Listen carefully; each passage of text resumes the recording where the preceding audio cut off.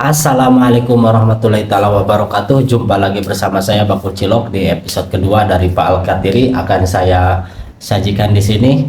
Mohon maaf atas segala kekurangan dan kesalahan-kesalahan yang sering terjadi pada saya. Saya baru pemula dan baru belajar konten. Ini dia video dari Pak Al-Katiri, akan saya sajikan tentang P21 Roy. Jadi Pak Al-Katiri menantang pihak Pak Jokowi. Silahkan yang mau P21 tantang menantang ini.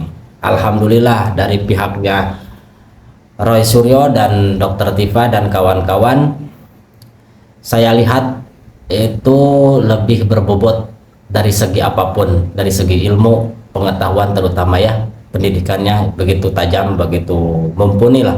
Terima kasih, saya doakan semoga kalian diberikan pertolongan oleh Allah Subhanahu wa taala. Amin ya rabbal alamin. Dan yang menonton baru makan saya. Dan yang menonton video saya semoga mendapatkan maghfirah dari Allah dan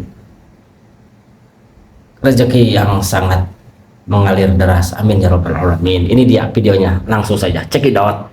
Boleh berinisiatif lagi. Penyidik dalam hal ini hanya boleh melakukan tindakan atau perlengkapan atau perbuatan-perbuatan semua yang diarahkan dan diminta petunjuk jaksa. Nggak boleh berinisiatif kayak kemarin.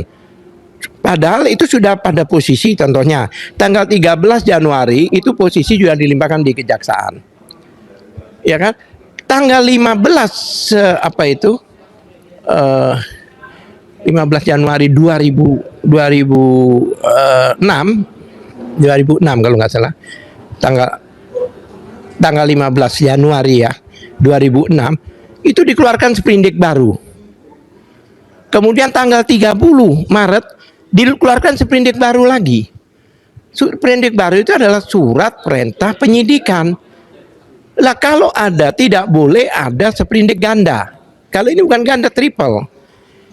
Kalau memang mereka mengeluarkan sprindik baru, berarti ini kan produk kepolisian, bukan permintaan jaksa. Ini seharusnya sudah tidak boleh.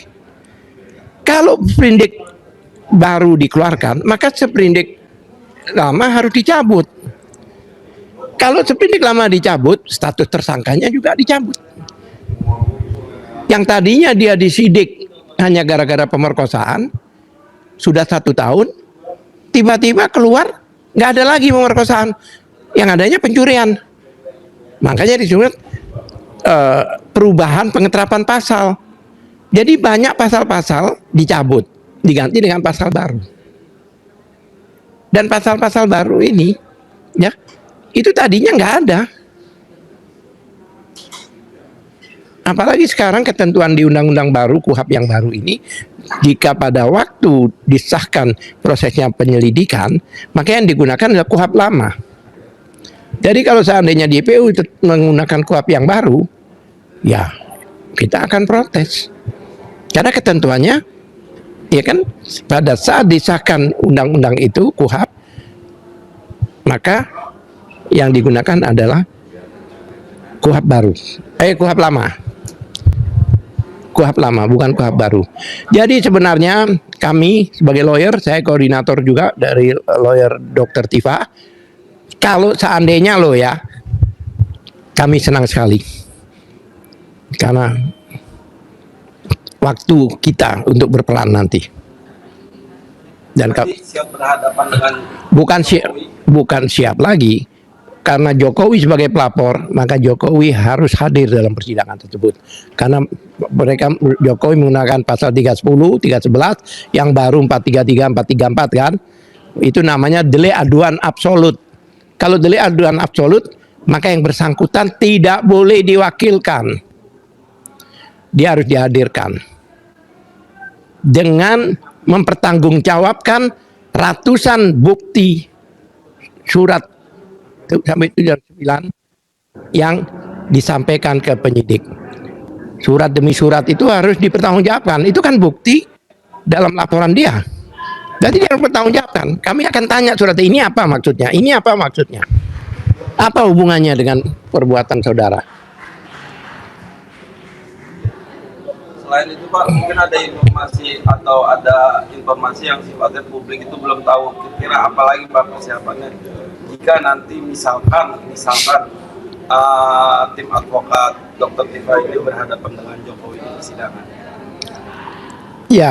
Ya kami akan semua yang disampaikan jaksa, semua yang dibuat bukti buat jaksa, kami minta untuk dipertanggungjawabkan. Dan semua harus dibuka. Sekarang kan kita hanya diberi angka aja.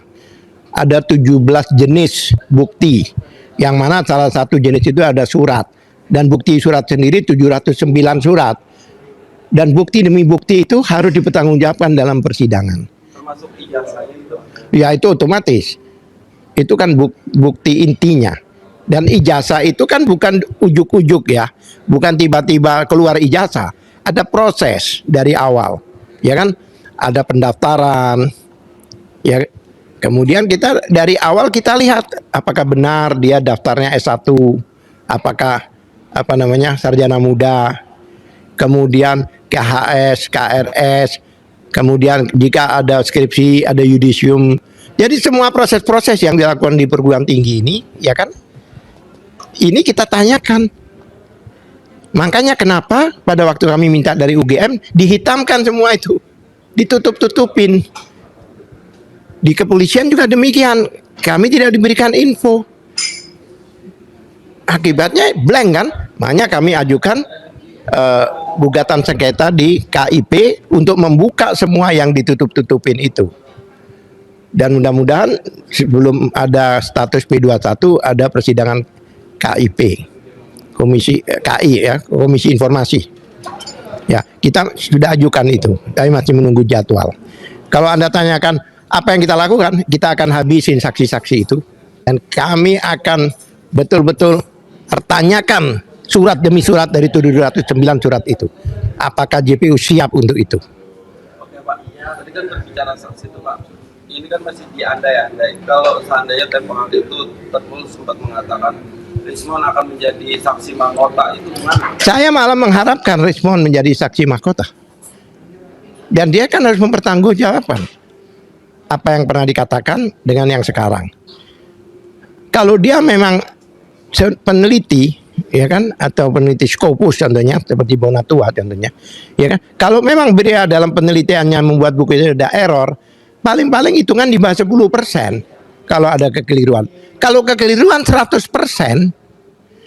berarti itu bukan kekeliruan, ada faktor X yang mempengaruhi dia sehingga dia menyatakan bahwa penelitian yang lama itu adalah salah.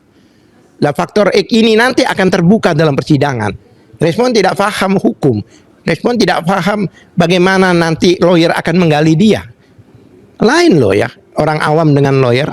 Kalau lawyer itu punya strategi nanti, bagaimana membongkar dia, yang mana sampai ketahuan dia diduga bohong dalam memberikan informasi. Siap, saya malah senang sekali kalau Rismon dijadikan salah satu saksi atau ahli. Karena kami dari awal mengikuti, kami tahu sebelum dan setelah. Kalau Termul nggak tahu. Oke Pak, sebagai pertanyaan terakhir Pak, tadi Bapak sebut Termul Pak. Ini kan Termul di luar ini meskipun belum ada resmi P21, tetapi Termul ini mendesak seolah-olah sudah P21 dan menginginkan adanya supaya Dr. Tifa dan Mas Roy ini segera dipidana gitu. Gimana tanggapannya dengan Sekarang begini, ya kan, dari Termul itu mengatakan P21 bukan pertama kali, Mas. Sejak beberapa bulan yang lalu. Apalagi sejak dilimpahkan. Apa? Kira itu statement seperti itu. Kalau saya yakin bahwa persidangan ini tidak akan terjadi kalau memang jaksa komprehensif ya melihatnya dan objektif, dan saya yakin jaksa masih genuine, masih masih murni dari pengaruh-pengaruh di luar. Makanya kenapa lama dan sebagainya, jaksa juga kebingungan kalau memang harus memp21kan sesuatu hal. Satu, barang buktinya sih saya yakin jaksa ini nggak masalah barang bukti, tapi unsur deliknya itu tidak terpenuhi. Unsur delik itu unsur-unsur dalam tindak pasal-pasal itu tidak dipenuhi. Ya kan, kalau memang minta ditahan dan sebagainya, tidak semudah itu. Emang kalau orang sudah di persidangan pasti salah? Belum tentu. Emang kalau orang sidang pasti salah? Belum tentu.